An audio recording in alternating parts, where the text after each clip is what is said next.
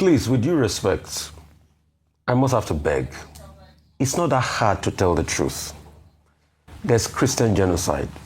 People like Sheik Gumi, from saying that Muslims are being killed, Christians are being killed, now they're trying to deny the corpses of people that died. And I have actually seen videos, Rufai, I'm sorry I'm interrupting you on this one, about the coffins. I have seen open coffins of entire family members, babies, all Christians, being buried. It has now shown that it's a propaganda people are trying to play. Yeah. But you see, in life, you will be judged by what you did. And we should be careful. Sheikh Gumi, in his propagandish nature, is now saying that these killings never happened. By saying that some of the coffins, or by saying that somebody sent him a message that some of the coffins are not what? That you don't have people in them. He's not going to deny the fact that we're going to say it again. And they might not like it. I don't want to be popular. I want to stand in justice at all times. There's Christian genocide in Nigeria, and please, let's find a way to solve it. Let's not do this propaganda. Let's not pitch people against each other. And let's not deny the killings and the pains of Christians. We have to say things the way they are so that the government will solve this problem. The first approach the government took showed that they wanted to go the line of changing the narrative, which was wrong. Nobody's saying anything to spite anybody. We are speaking the truth so that we can get action. Yes, absolutely. And Sheikh Gumi saying this, he's very bad and insightful. Really insightful. And I'm shocked that Sheikh Gumi is saying this.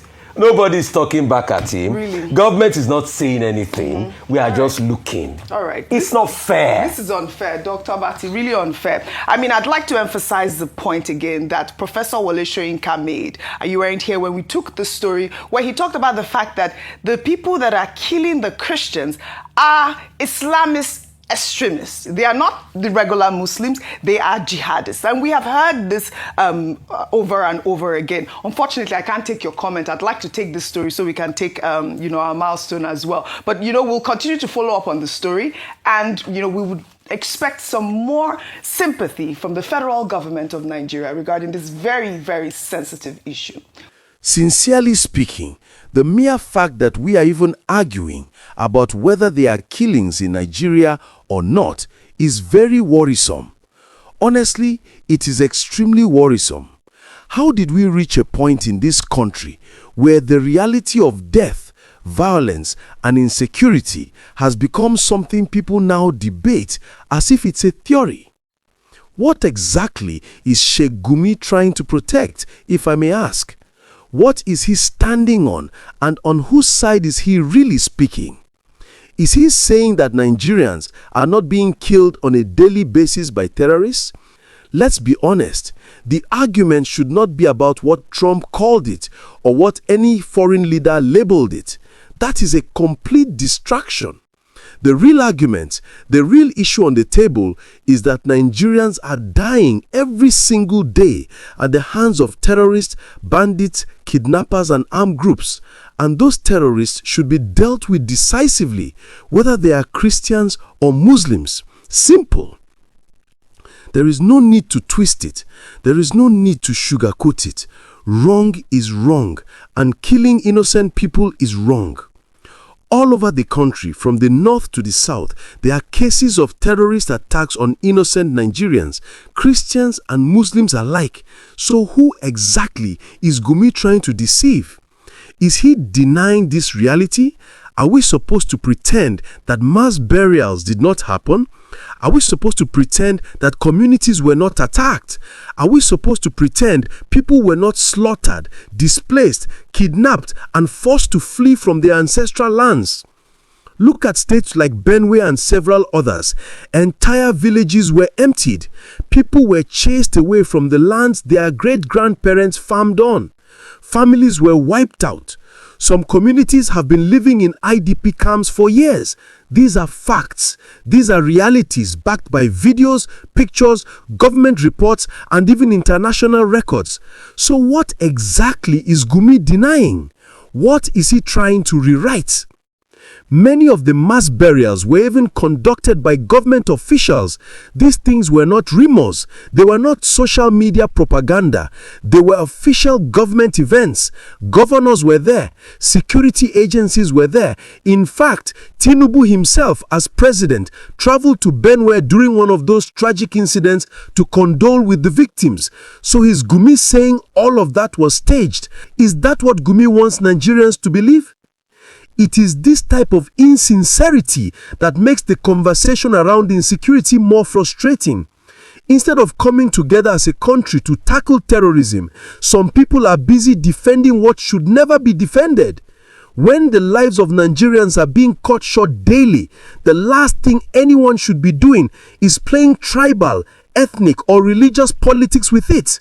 Innocent people are innocent people, whether Christian or Muslim, Igbo, Yoruba, Hausa, Tiv, Jukun, or anyone else. Sincerely speaking, I think Gumi needs to be called to order, just like Rufai Oseni said. At this point, it is becoming too much. The constant defense, the constant justification, the constant shielding, it is exhausting. What exactly are we even debating?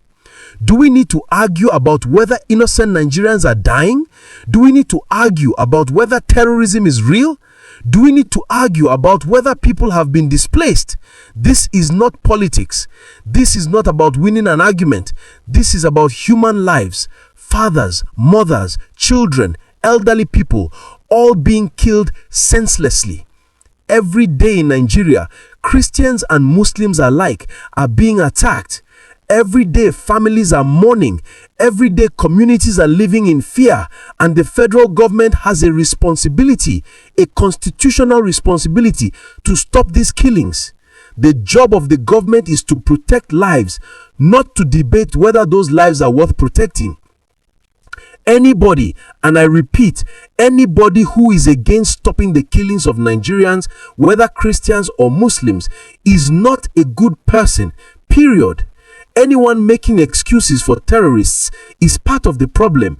Anyone shifting the conversation away from the real issue is part of the problem. The focus should be on ending terrorism, catching those responsible, prosecuting them, and restoring peace to every corner of Nigeria. So, instead of arguing over terminology, instead of dragging over what someone said or didn't say, the energy should be channeled towards saving lives. The only conversation that matters is how to stop the bloodshed, how to ensure that farmers can go back to their farms, how to ensure that children can return to school without fear, how to ensure that communities no longer sleep with one eye open. That is the real issue.